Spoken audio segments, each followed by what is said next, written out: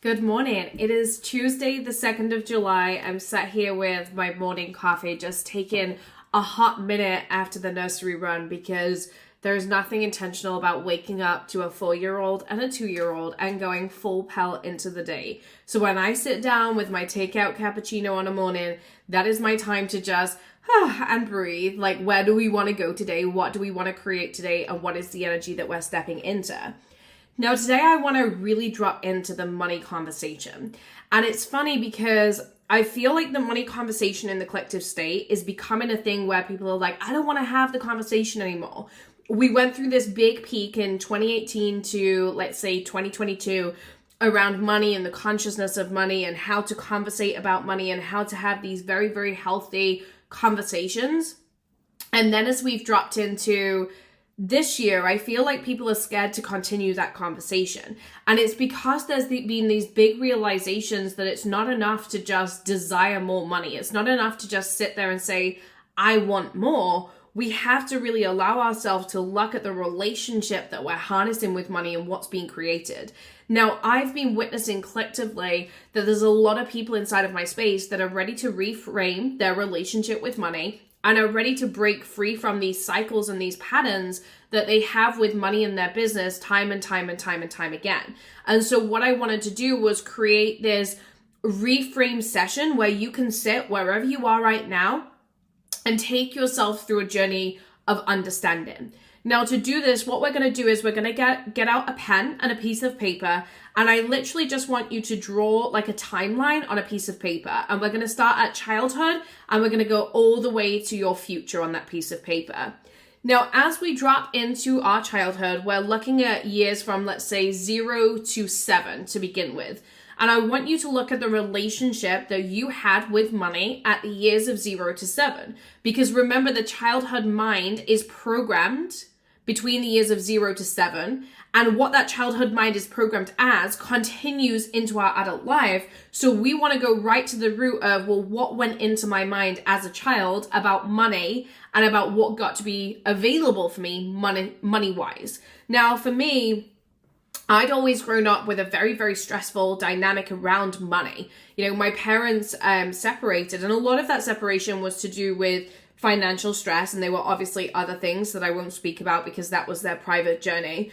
But as I look at things, money was always the point of stress. There was never enough money. There was always arguments. Which parent was going to buy the school uniform? Which parent was going to buy the school shoes?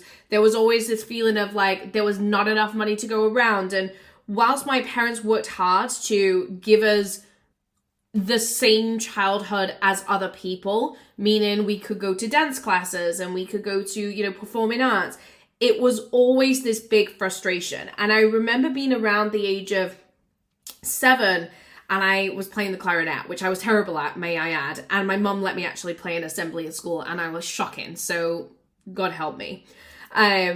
But I remember being the age of 7 and getting pulled aside by my music teacher and be like, just so you know, like the bill hasn't been paid. And just that sinking feeling of, okay, I can't have this experience. Like, it's okay. Like, it's fine. And probably now in today's day and age, they're not allowed to pull kids aside and say that anymore. But I remember being 7 and having that gut wrenching feeling of, ooh, my parents must be struggling. This is, not an experience that I can have. And I had a friend that always went on holiday and she'd always bring me a nice gift back. And I'd be like, I want to do that. I want to be able to buy gifts for my friends. And I want to be able to go on holiday. And I want to be able to have these experiences. And it just kept feeling like that wasn't my reality. It just kept feeling as though there was always going to be these arguments about money. There was always going to be this frustration. And I remember feeling like I didn't have a childhood, so to speak, because I was always thinking about money. And even when I look back at being like the age of 8 or 9, me and my friend, we would go through the village and we'd pick like plants from the paths, and we'd put them in beer bottles that we'd find in people's glass bins, and we'd knock on doors and we'd sell them because that was how we got our money to just spend at the shop. And even if it was 20p for a little pot of flowers, then we could go and spend the money and buy what we wanted at the shop. And whilst some will see that as an entrepreneur's mind, for me it was feeling like I had to figure it out for myself. And that figuring out for myself then continued into my adult years. So I want you to look at your years from 0 to 7. What was going on for you financially? What were your parents' beliefs of money? Where were you maybe taking responsibility of money? Or where were things really good about money? What was going on between those years? And then we're going to go from 7 to 15.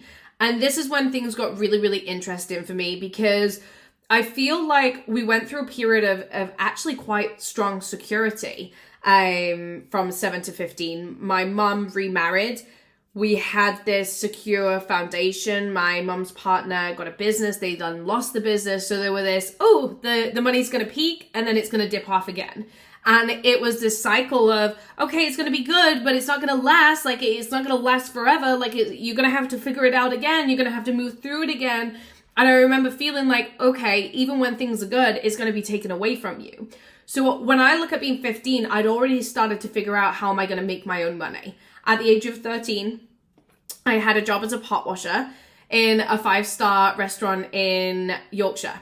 And I would work after school. So I'd start work at about 6 p.m. and I'd work till 2 a.m. in the morning, around 3 times a week, because I wanted my own money. I wanted access to my own money, my own funding, because I knew that if I wanted to be able to socialize with my friends, my mom wasn't just going to be able to give me these hands out to go and have dinner out on a weekend or to go and buy the things that I wanted to socialize with my friends. And so I was going to have to figure it out.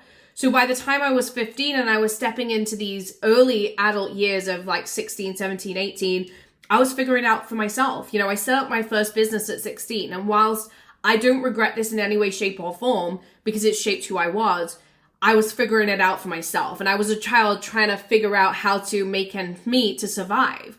And it wasn't because my parents were saying, hey, you need to pay board and you need to give me money and you need to do this. It was because I'd had these feelings of I don't match up. There's not enough money for you. Your parents are just surviving. You figure it out for yourself. And so that's what I did. That's what I stepped into.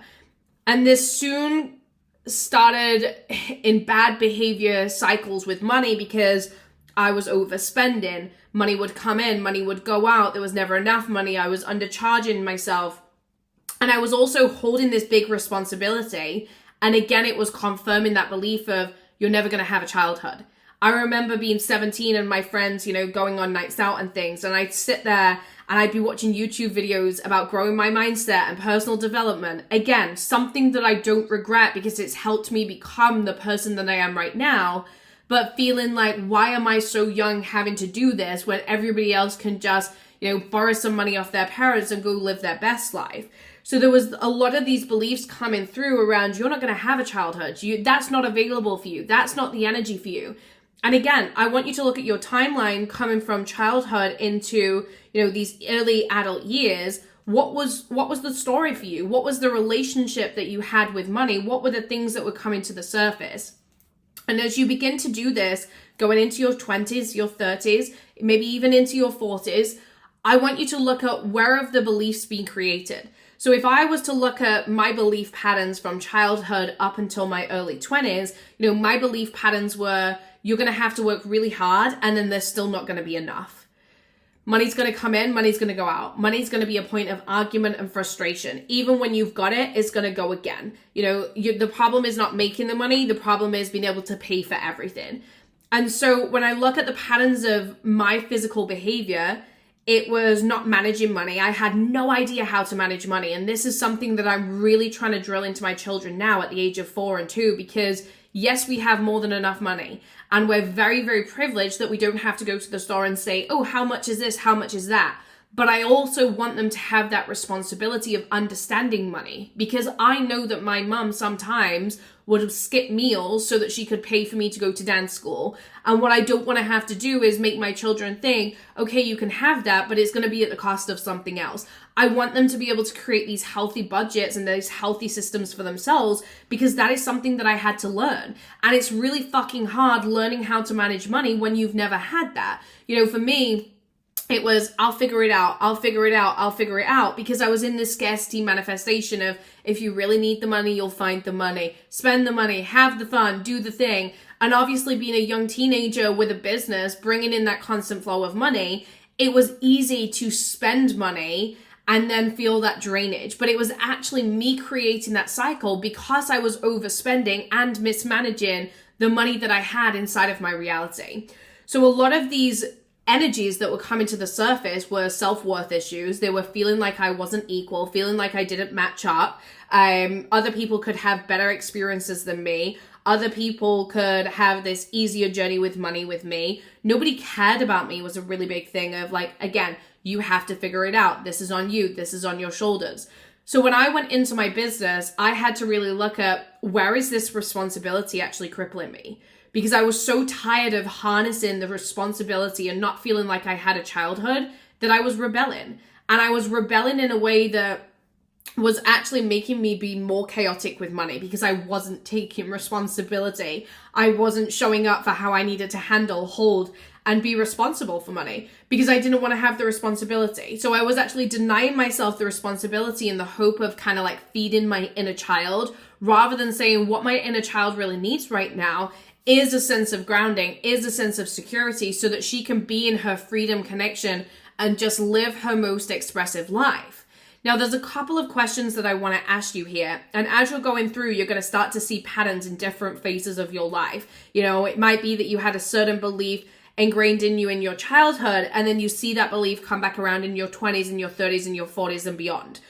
I then want you to look at the future that you desire to live.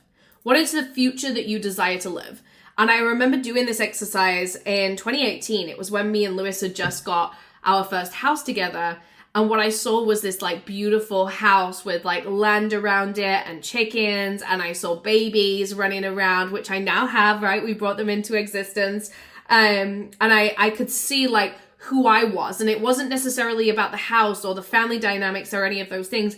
It was about me, the sense of pride that I had in myself. Because again, the way that I'd been taught to love myself was very dependable on the season that I was in. So if I was struggling, I would take no pride in myself. I would hibernate. I would be in my pajamas. I wouldn't get dressed. I wouldn't clean my environment because that was my relationship with myself that actually came from the pattern and the coding of the financial experience that was coded into me as a child. So again, looking at this in the physical, I didn't feel worthy if I didn't have the money, and that actually created less of the money because you have to feel worthy without the money. You have to realize that right now in this season, you are enough. You are enough with who you are. You are enough in the energy that you're in. You are enough.